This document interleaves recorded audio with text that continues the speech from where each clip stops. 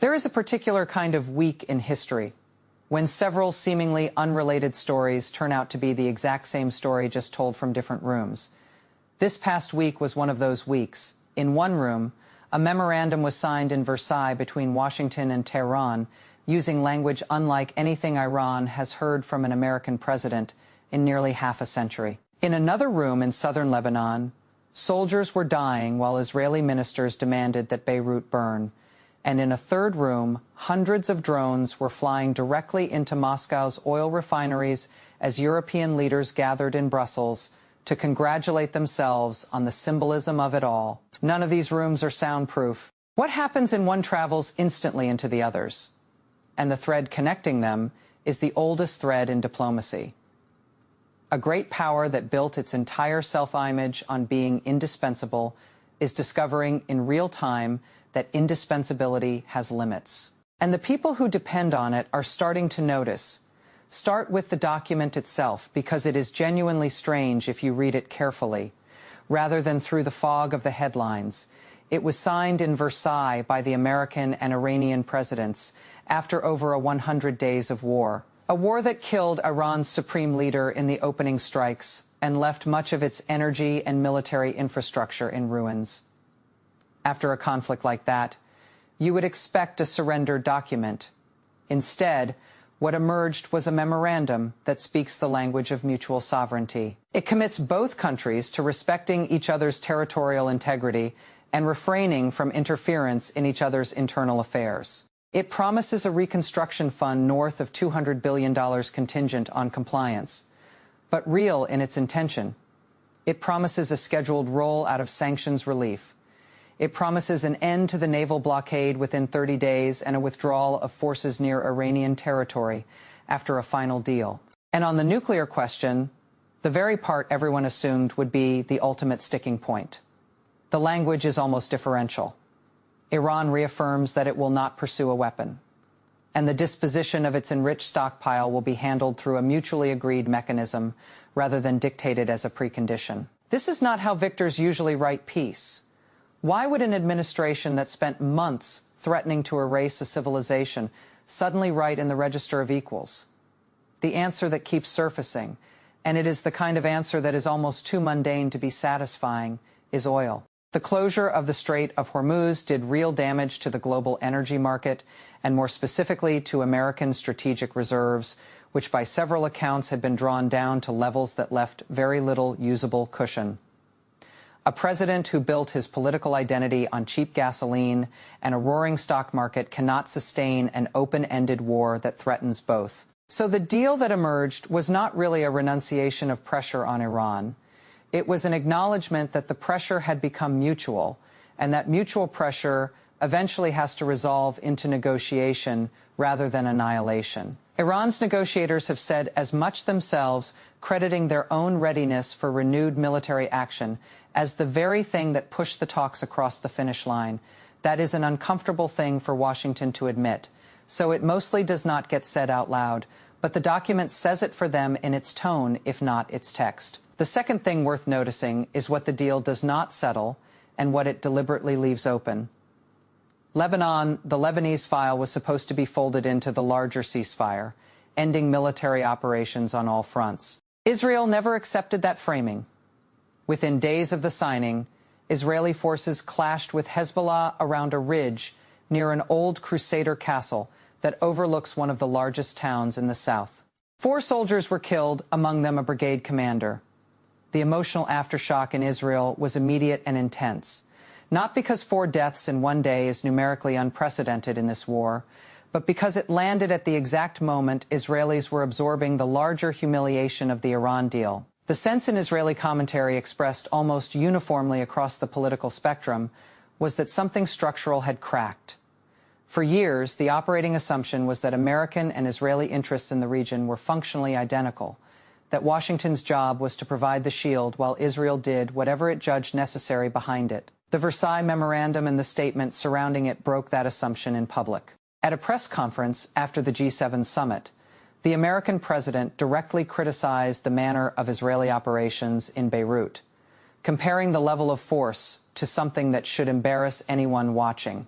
He also reportedly told Netanyahu in a private call in considerably saltier language that the political costs of his behavior were now landing on Washington rather than Jerusalem. That is not the vocabulary of an unconditional ally. That is the vocabulary of a patron who has started doing the math on what loyalty actually costs him. The strikes near the ridge were not an isolated flare-up. They were a live demonstration of a deeper problem, which is that Israel's domestic politics make de-escalation almost structurally impossible right now. The Prime Minister is fighting a corruption trial. His polling has collapsed from a comfortable lead to something close to a coin flip. And the loudest voices in his own coalition are telling him publicly that any restraint in Lebanon will be read as weakness and will cost him the next election outright. So even as Washington pushes for calm and even as the IDF is instructed to hold its fire, the political incentives inside Israel run in the completely opposite direction. Ceasefires get renewed and broken within the same week. A round of fighting kills dozens. A truce gets stitched back together under American, Qatari, and even Iranian mediation. And then another provocation resets the clock. This is not a stable equilibrium. It is a system being held together by phone calls, and phone calls are no substitute for an actual settlement on what happens to Hezbollah's weapons. What happens to the territory Israel still occupies in the south, and what happens to the tens of thousands of displaced Lebanese who cannot go home because their villages remain inside an active operational zone? What makes this moment different from the previous several years of this same argument is the audience watching it. There is now a visible split inside the American political coalition that elected this president between those who see unconditional support for Israeli operations as non-negotiable and a genuinely sizable bloc, including prominent media voices who spent years building exactly this argument, who have started saying out loud what used to be unsayable. They are arguing that American foreign policy in this region has been captured by an agenda that is not America's own, and that an ally is supposed to advance your interests, not consume your strategic reserves and political capital in service of objectives you no longer share. This argument does not need to be fair to be powerful. It does not need to win over people who have spent their careers inside the foreign policy establishment. It only needs to land with enough of a restive base that the calculus around the midterm shifts even slightly.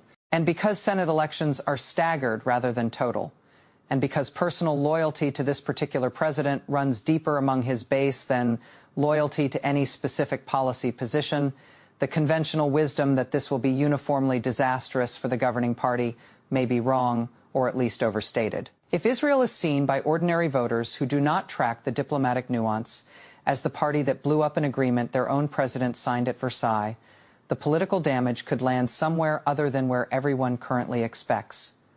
Which brings us to the language itself, because language is doing more work in this story than is usually acknowledged. For decades, the entire architecture of Western policy toward adversarial states has depended on a prior act of delegitimization. Before you can bomb a country, you first have to convince your public and your allies that it is not a normal state with normal interests, but a rogue actor whose sovereignty does not deserve the difference you would extend to anyone else. This was true of how Iran's ballistic missile program was discussed for 20 years, not as a deterrent that a state under constant threat might reasonably want, but as an inherently illegitimate capability that had to be dismantled. What is remarkable about the rhetoric coming out of this administration now is the casual abandonment of that framework. There have been public musings that if the Saudis are entitled to ballistic missiles, Iran is entitled to them too, and that a country surrounded by hostile capability has the same right to conventional deterrence as anyone else. That is not a small shift. It signals, even if unevenly and reversibly, a movement away from treating Iran as a category of state that does not get ordinary diplomatic courtesy, and toward treating it as what it has always insisted it is, a sovereign actor defending its own interests in a dangerous environment. Whether this framing survives the next crisis is an open question, but its mere appearance in the official register matters. Rhetorical frames are not just decoration. They are the permission structures that make later policy choices feel either natural or unthinkable. There is a wider current here, too, one that goes beyond this specific deal and touches something larger about how much of the world is starting to read the post-war order. Iran's position throughout this entire negotiation rested on one piece of leverage control over a choke point that the global economy simply cannot do without. It used that leverage, took enormous damage in the process, and still extracted a framework that treats it as a sovereign equal rather than a defeated client. Countries paying close attention to this outcome are not only in the Middle East. They are in Moscow, in Beijing, and in capitals that have spent years absorbing financial sanctions, tariff regimes, and exclusion from international payment systems. Capitals that have been quietly building the infrastructure to survive exactly that kind of pressure. The lesson many of them will draw is not subtle. Defiance backed by genuine leverage.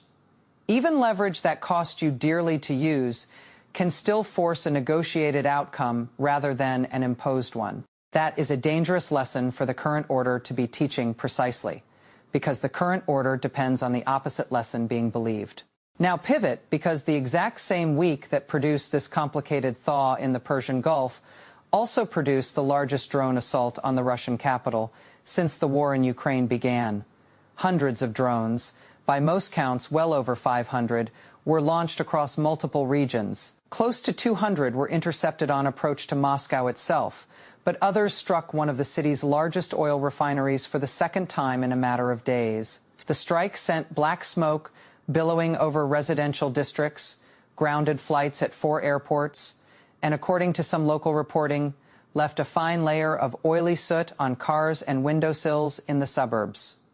This was not a symbolic pinprick. It was framed explicitly by the people who carried it out as a deliberate escalation time to coincide with a NATO defense ministers meeting in Brussels and a parallel summit of European leaders discussing the shape of future support for Ukraine.